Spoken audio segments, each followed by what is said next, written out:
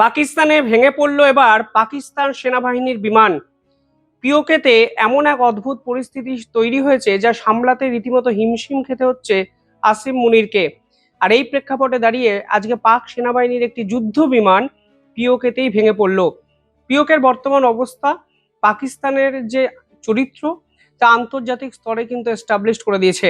এবং ভারতও কালকে স্পষ্ট জানিয়েছে যে আন্তর্জাতিক স্তর অর্থাৎ ওয়ার্ল্ডের সমস্ত মানবাধিকার অর্গানাইজেশন এবার দেখুক কিভাবে পাকিস্তান তাদের দেশের সাধারণ মানুষের উপর নির্বিচারে হত্যা করে। পিওকেতে একের পর এক ইস্যু নিয়ে জর্জরিত পাকিস্তান সরকার। অর্থনৈতিক মন্দা চরম পর্যায়ে চলে গেছে।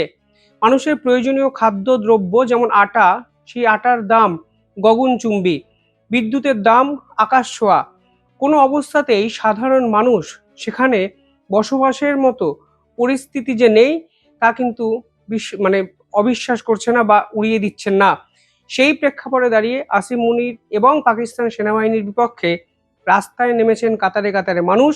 যে মানুষদের উপর নির্বিচারে AK-47 রাইফেল দিয়ে গুলি চালিয়েছে পাকিস্তান সেনাবাহিনী, যেই গুলিতে আজকের দিনে প্রায় 30 জনের বেশি মৃত্যু হলেও হাসপাতালে মৃত্যুর সঙ্গে লড়াই করছেন প্রায় 300-এর বেশি পাকিস্তানের সাধারণ নাগরিক। এই প্রেক্ষাপটে দাঁড়িয়ে পাকিস্তানে একটি যুদ্ধ বিমান কার্যত ভেঙে পড়ল। অর্থাৎ পাকিস্তান সেনাবাহিনী দৈন্য দশা আন্তর্জাতিক স্তরে যেমন এস্টাবলিশড হলো, ঠিক একইভাবে পাকিস্তানের সাধারণ মানুষ এবার বুঝতে পারছে যে পাকিস্তানকে বিশ্বাস করে তারা আসলে কত বড় ভুলটি করেছে।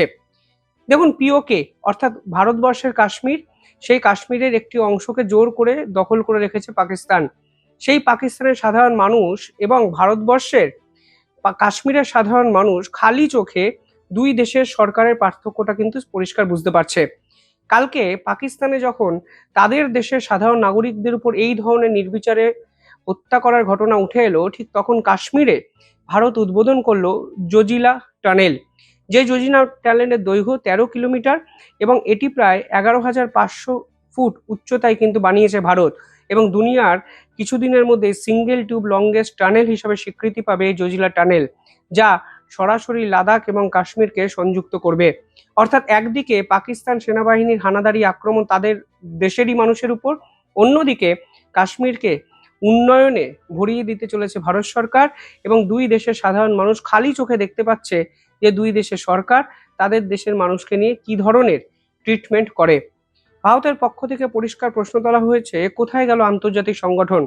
যে মানবাধিকার সংগঠনগুলো কথায় কথায় ভারতেরকে নিয়ে স্টেটমেন্ট দেয়, পাকিস্তানের যে ঘটনা ঘটেছে তার 10% যদি ভারতে হতো, যে মানবাধিকার সংগঠনগুলো এতক্ষণে ঝাঁপিয়ে পড়তো, তারা আজকে চুপ কেন?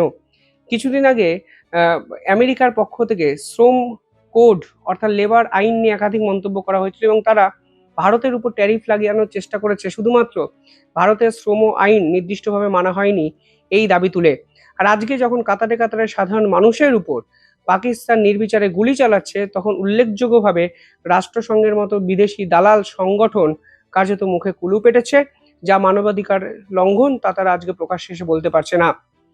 এই প্রেক্ষাপটে দাঁড়িয়ে ভারতের আরো একটা জয় কিন্তু এলো জাতিসংঘে। বালুচিস্তান লিবারেশন আর্মি, যা এখন পাকিস্তানের প্রধান মাথা ব্যথার কারণ, ঠিক তাকে আন্তর্জাতিক স্তরে নিষিদ্ধ করার জন্য চীন ও পাকিস্তান একই সঙ্গে গুটি সাজিয়েছিল।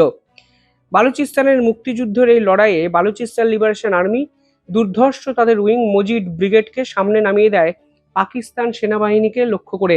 প্রতিনিয়ত সেনাবাহিনীকে রীতিমতো কাঁপিয়ে দিচ্ছে এই বালুচিস্তান লিবারেশন আর্মির মজিদ ব্রিগেড। কিন্তু রাষ্ট্রসংঘের মতো একটি জায়গায় এই মজিদ ব্রিগেড অর্থাৎ বালুচিস্তান লিবারেশন আর্মিকেই নিষিদ্ধ বা সন্ত্রাসবাদী সংগঠন হিসাবে গণ্য করার একটা চেষ্টা করা হচ্ছিল পাকিস্তানের পক্ষ থেকে বিশ্বমঞ্চে। কিন্তু আজকের দিনে দাঁড়িয়ে সেই ভোটাভুটি তারা কিন্তু হেরে যায়। অর্থাৎ চীন এবং পাকিস্তান এই বালুচিস্তান লিবারেশন আর্মিকে নিষিদ্ধ করার পক্ষে সওয়াল করলেও আন্তর্জাতিক বহু শক্তিধর রাষ্ট্র কিন্তু তাকে সহমত করে জানায়নি। রাষ্ট্রসংঘে পরিষ্কারভাবে আজকে একটা অদ্ভুত ভোটাভুটি উঠে আসে। সেই ভোটাভুটিটা কেন ভারতের জন্য ইম্পর্টেন্ট সেটাও আজকে এই ভিডিওতে আমি আলোচনা করছি। ভিডিওটি আপনারা শেষ অবধি দেখবেন, তাহলে বুঝবেন এক্স্যাক্টলি ভারতবর্ষ করেছেটা কি। ভারত এক্ষেত্রে পশ্চিমা বিশ্বের একাধিক রাষ্ট্রের সঙ্গে হাত মিলিয়ে জাতিসংঘের 1267 কমিটিতে এই পার্টিকুলার গোষ্ঠীকে ব্ল্যাকলিস্ট করতে দেয়নি।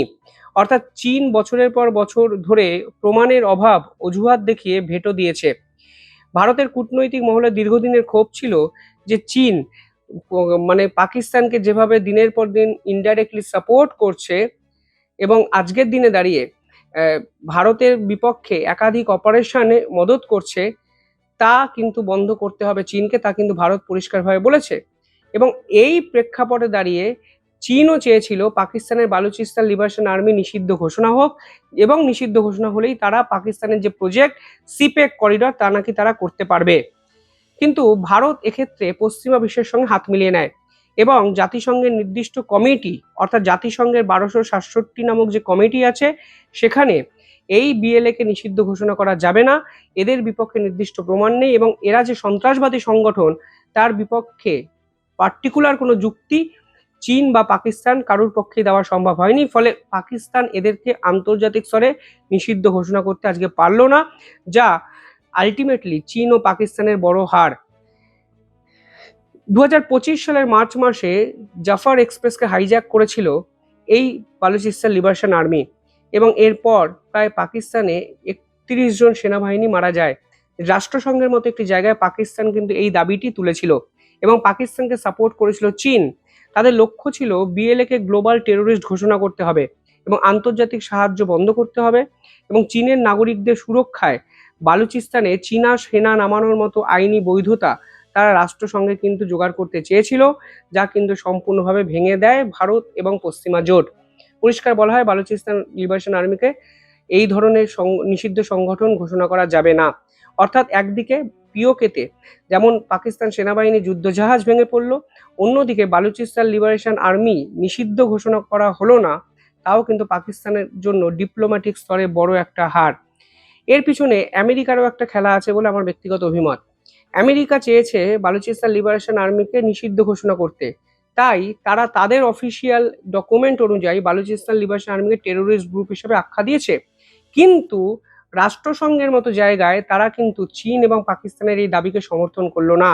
অর্থাৎ তারা বিশ্বমঞ্চে বালুচিস্তান লিবারেশন আর্মিকে টেরোরিস্ট গ্রুপ আখ্যা দেওয়ার পক্ষে কিন্তু ছিল না, কারণ তারা যদি এই বালুচিস্তান লিবারেশন আর্মিকে টেরোরিস্ট হিসাবে ঘোষণা করতে পারতো আন্তর্জাতিক স্তরে, তাহলে এখানে চীনের জন্য রাস্তাটা কিন্তু উন্মুক্ত হয়ে যেত।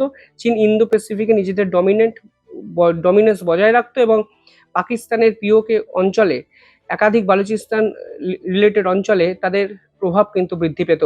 অর্থাৎ এটি একটি ভারতের নিখুঁত চাল, যার সাপোর্ট করলো পশ্চিমা বিশ্ব আমেরিকা, এবং একই দিকে পিওকেতে তাদের যুদ্ধ জাহাজ তাসের ঘরের মতো ভেঙে পড়লো। সব মিলিয়ে উত্তপ্ত ভারতের সীমান্ত পারের রাজনীতি। আপনারা কিভাবে দেখছেন কমেন্টে জানাবেন। ধন্যবাদ।